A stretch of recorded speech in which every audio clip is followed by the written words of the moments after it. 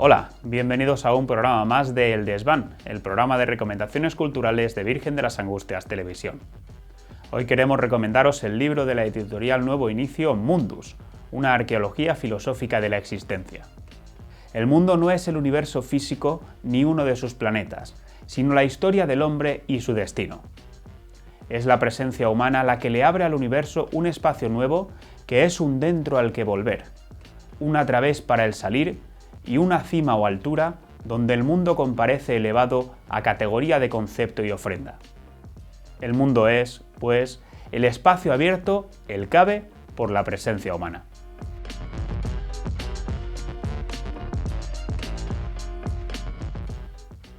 Para hablar del libro hemos contactado con su autor, Higinio Marín. Él es profesor titular de Antropología Filosófica en la Universidad CEU Cardenal Herrera de Valencia. Higinio, bienvenido.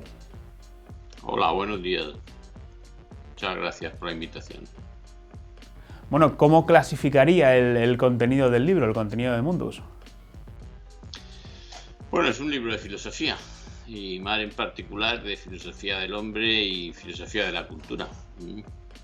Es un esfuerzo por hacernos cargo de qué somos y de qué es nuestra vida y los lugares donde discurre nuestra vida, al hilo de reflexionar pues, sobre nuestro mundo y también la historia de la formación de nuestro mundo. Yo creo que ese es el contenido, en lo esencial. En el texto se usa el término arqueología en contextos pues, muy diversos. ¿Qué es lo que se pretende exactamente expresar? Bueno, en primer lugar recoge su sentido más inmediato, que es buscar el principio. Eso significa arqueólogos, buscar el principio de las cosas.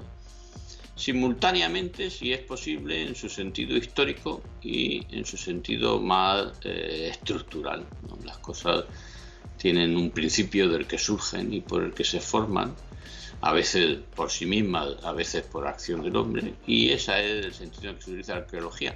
Pero propiamente hablando, es también una toma de postura, porque la cultura occidental durante los últimos 2 siglos se ha dedicado con toda intensidad y con unanimidad cerrada en transformar lo que la tradición consideraba como natural en meramente cultural e histórico, ¿no? Ese es el viaje de ida. Este libro quiere hacer en parte el viaje de vuelta, que es asumiendo la conciencia histórica como una definición que de lo contemporáneo, que nos estructura y nos constituye a los que pensamos en este tiempo. Sin embargo, tomar la historia también como un motivo y como una vía indagatoria acerca de qué son las cosas en su principio, ¿no? O sea, en cierta manera, asumiendo que hay mucho de lo que teníamos por natural, que es propiamente hablando cultural, indagar a través de lo cultural, que es lo específico de la realidad, y en particular de la realidad humana y de la realidad del mundo. Hay 2 partes bien definidas que abordan el mundo como presencia y como existencia. ¿Cuál es la diferencia entre estos enfoques, entre esos conceptos?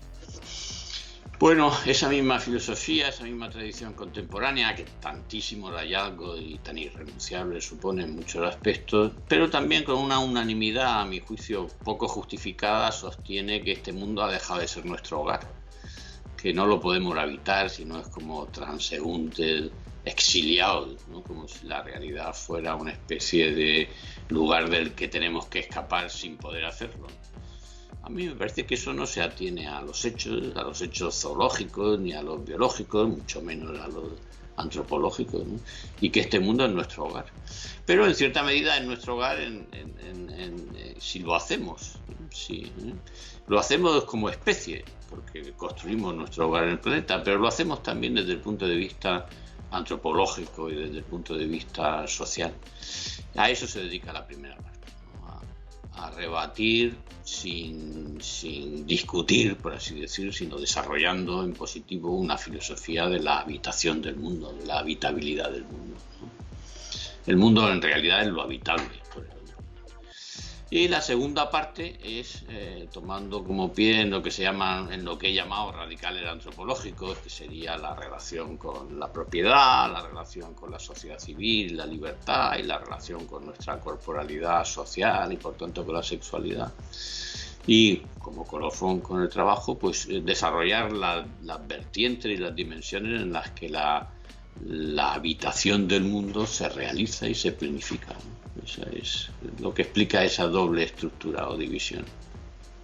La reflexión que uno hace sobre el libro pues abarca aspectos tan distintos pero fundamentales como pueden ser la amistad, la globalización, la libertad, la sexualidad, la riqueza. ¿En cuál de ellos considera o en cuáles de ellos considera que el ser humano actual, ahora mismo trayéndolo a la realidad, necesita ser más instruido? Bueno, yo diría que en todo, y además es constantemente así, ¿no? O sea, que eso que he llamado los radicales, que la sexualidad, la propiedad, la libertad civil y el trabajo siempre requieren de cultivo, ¿no? Las personas nos distinguimos unas de otras por muchas razones, pero entre otras también por cuánto cultivamos nuestra existencia y cuánto nos cultivamos como personas, ¿no? Yo creo que la clave del libro en ese punto está en que la presencia en el mundo se culmina y se planifica mediante un ejercicio de la sexualidad, de la propiedad y de la libertad, que en su núcleo es ofrendal. Es sorprendente, para mí lo fue, como indagando qué es la sexualidad o qué es el trabajo o qué es la libertad, al final nuclear esencialmente es, a mi juicio, filosóficamente consistente proponer que el núcleo estructural de todo eso, o sea, que lo que hacemos en el fondo es ofrecernos y que esa es la riqueza en sentido más esencial. El rico, el que tiene mucho que ofrecer, y en particular el que al ofrecer es capaz de ofrecerse, ¿no?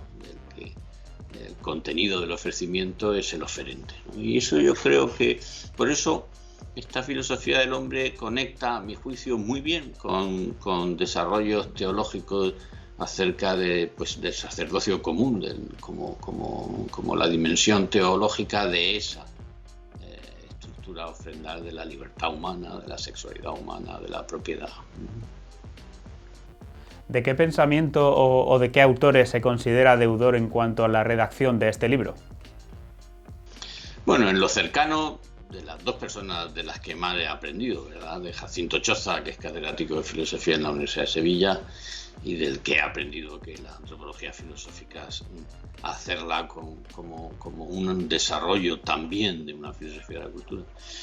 Y a Rafael Alvira, que fue catedrático en la Universidad de Navarra, al que yo creo que se le deben varias de las ideas inspiradoras de los desarrollos, ¿no? Pero en el contexto de la tradición filosófica, yo creo que soy un aristotélico heterodoxo y que más como punto de llegada que como inspiración, pero muy acompañado y muy orientado en algunas de las ideas centrales del libro por Giambattista Vico, que es un filósofo italiano. Y para terminar, Higinio, ¿a quién le recomendaría este libro? Para toda la gente que nos está viendo, ¿por qué se lo recomendaría en este caso? Yo creo que es un libro legible por un lector general, con interés, que tiene que tener la flexibilidad para ver que en algún momento, en pocos momentos, pero en algunos de ellos me estoy dirigiendo a mis colegas y bueno, dar ese asunto por que se lo puede saltar con una lectura, ¿no? Yo creo que la mayor parte de los textos son legibles por un lector general. Es verdad que en su conjunto, pues para filósofos habituados a la lectura filosófica, para teólogos, me parece a mí también, para personas con una formación elemental que les permita seguir un argumento filosófico, ¿no? No es un libro con la impedimenta, por así decir, con los rigores de la literatura académica hecha por un profesor para profesores. Es un libro de filosofía. y por tanto accesible en algunos puntos, quizás con algún esfuerzo, accesible para un lector general. Está escrito como eso, como un libro de filosofía, no como un libro de género, por así decirlo. Ni es un libro de divulgación, ni es una monografía universitaria. Me gustaría, un libro de un filósofo. Pues Higinio Marín, muchísimas gracias por acompañarnos en el programa de hoy. Esperamos que se vuelva a repetir muy pronto en otras circunstancias y de alguna forma, pues cara a cara. Muchísimas gracias. Gracias a vosotros, un placer. Muchas gracias. Y hasta aquí el programa de hoy. Recordad que podéis seguir todos nuestros contenidos en www.vatelevisión.com y en nuestras redes sociales, en Facebook, en Twitter y en Instagram. Muchísimas gracias y hasta la próxima.